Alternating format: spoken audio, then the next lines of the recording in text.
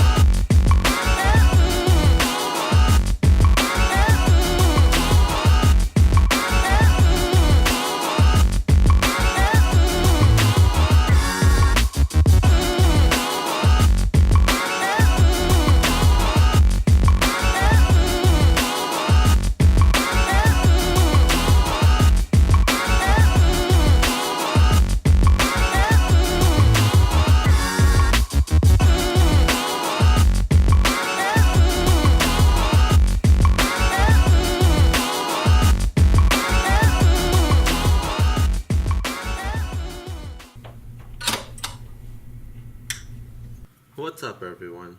Today we got an iPad mini 1 charging port replacement. I've already got the iPad disassembled. We're just gonna take this off and put a new one on. You don't necessarily have to take the board out in order to do the charging port replacement on this one. Charging port is soldered on top of the board, unlike the Mini 2 where it's underneath. The only thing you have to be careful with is the battery, so just make sure you cover it with something. Make sure you're not going to poke it with a soldering iron. Let's go ahead and get to work on this baby. So,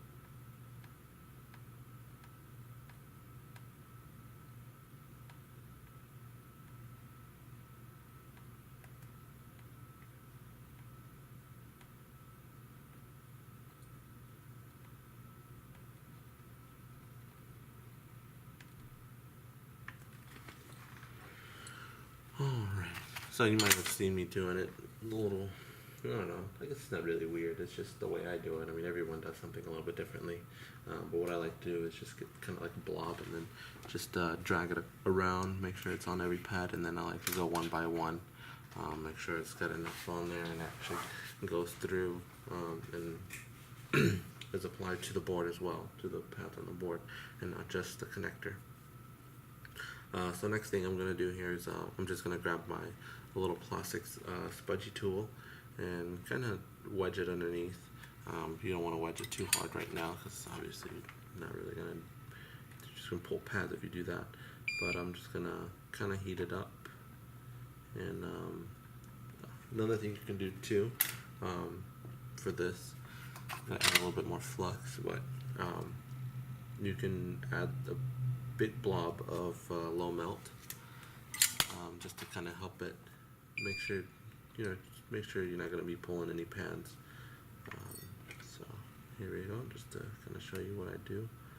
So slowly pry that underneath, and there we go. You just don't want to go slow. Make sure you're not actually going to be pulling any pads. So just slow and steady wins the race.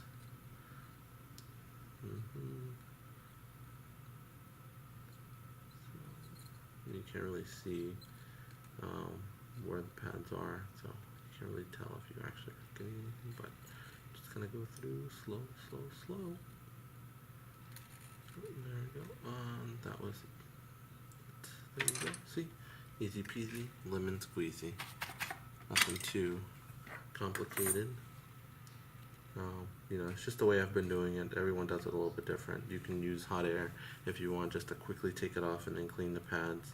I don't know. I feel more comfortable doing it this way. If you don't have a hot air station, then you know obviously you're gonna have to use the iron. Try to use a tip that has that is pretty thick. You don't have to use a plastic spudgy. You can actually use tweezers, but I like the plastic spudgy because it just kind of goes through. So do whatever makes you feel more comfortable. But I'm just gonna go ahead and clean these up here.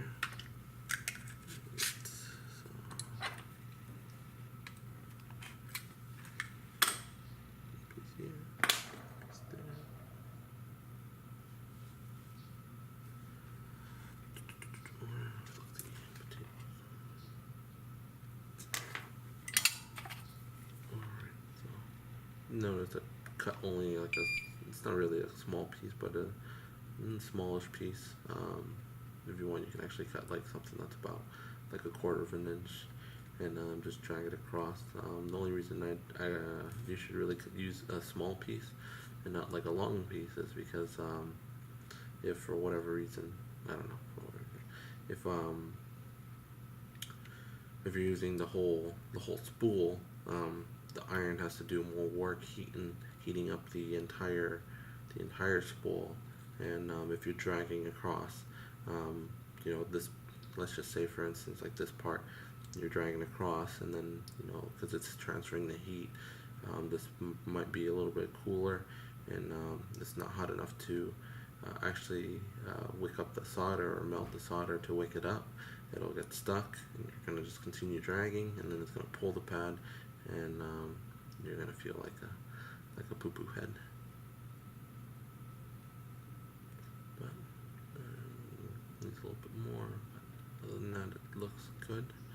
You know, just when you're dragging, just make sure you're not gonna drag over these. I mean, it doesn't matter if you put solder on them. It makes it easier to actually align the charging port if you don't, because through the little window it's a lot easier to see those little pads or points, whatever you want to call it. See if you can see there. But if you do it over, you know, solder, if you actually put solder on it, it's a little, I mean, it's not too hard, but it's a little bit harder to see. You can see there and see the difference, like it's a little bit more brighter. So just be careful with that. So I'm just gonna clean it up now.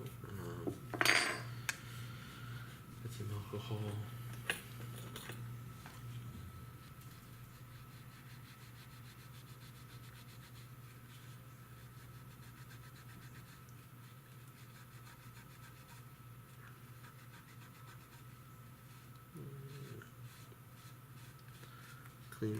Clean. Pads look good. I don't know if you noticed that I did not take that old adhesive off. That's another thing I like to do. You don't have to do it. You know, all the stuff that I'm saying that I like to do is exactly as it sounds. It's it's stuff that I like to do.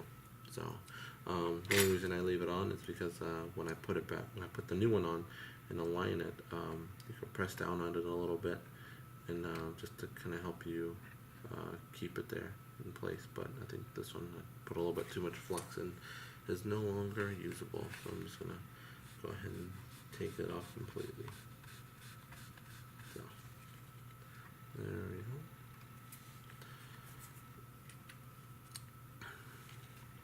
I'm just gonna grab this here.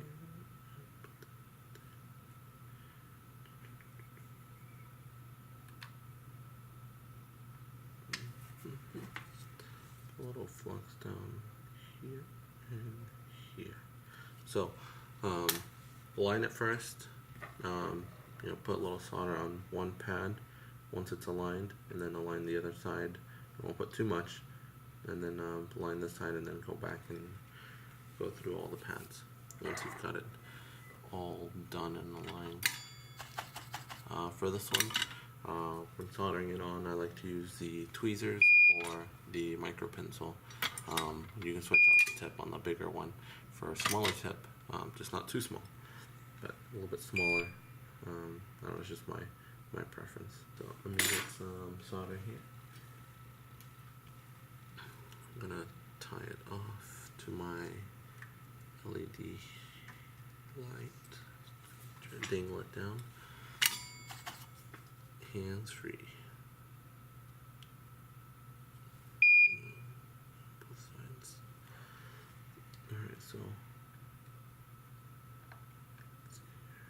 align. Put a little bit, enough to stick it, and then go back over here, and it's a little bit too much to the left, I think. Align.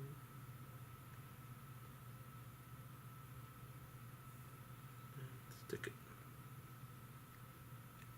There we go.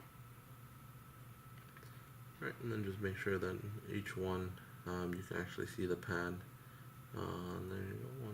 This one, I can't really tell. I think the hole's just a little too small. But pad. There we go.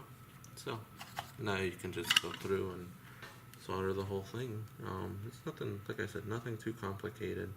You just gotta take your time. Try not to rush it. And I mean, if you're pressed for time, maybe one thing that can save you some time, like I said, is just don't take the board out. Just do it right in the iPad. But just try not to use a lot of flux, because then it's going to be a little bit harder to clean, because it's going to go underneath the board and around and under the battery. I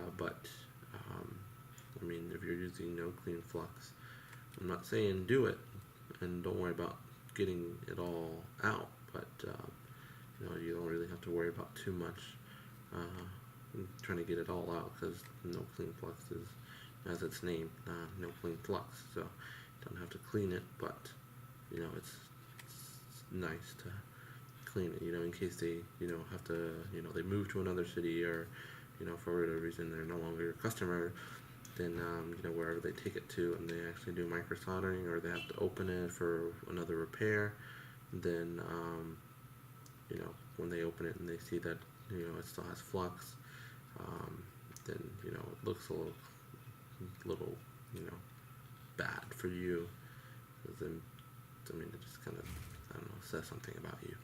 But like I said, just go through, clean it up, or if you're leaving it in, don't use too much. I think we're okay.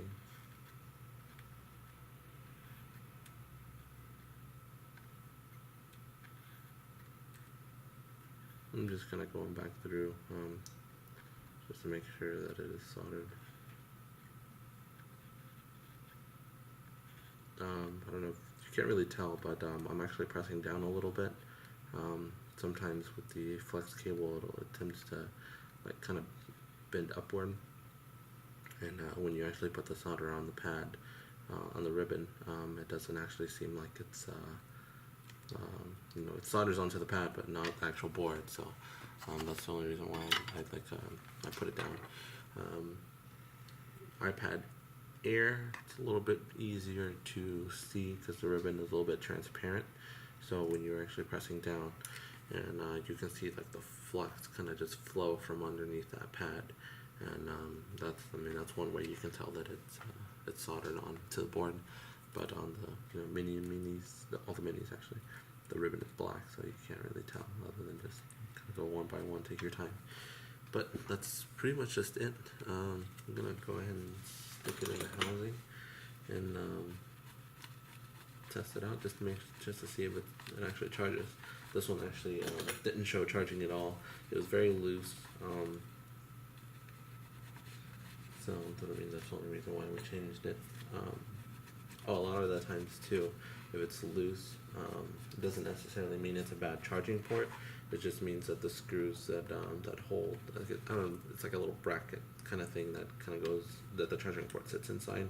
It gets those screws at the top get loose, and all you have to do is really just tighten them down, and that usually kind of fixes some of the wiggle. But this one, it needed to be replaced. was very, very dirty on the inside. I mean, I don't know, but not done cleaning. I still have a little bit more cleaning to do, but I just wanted to kind of wipe it down a little bit, just to look at the job here, and it looks good. It's aligned, obviously. So let's go ahead.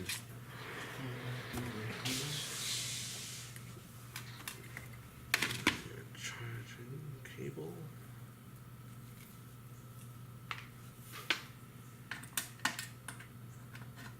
Plug it in here.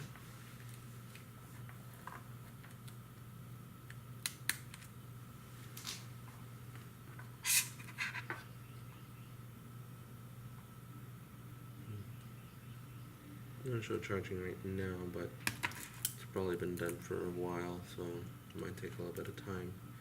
But I mean, I'm pretty confident that it is going to charge. I can get the voltmeter and test it, but I mean, I've never had a charging port.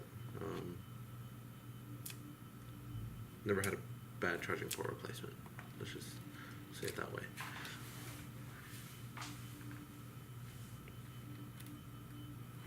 I think it's probably okay. I'm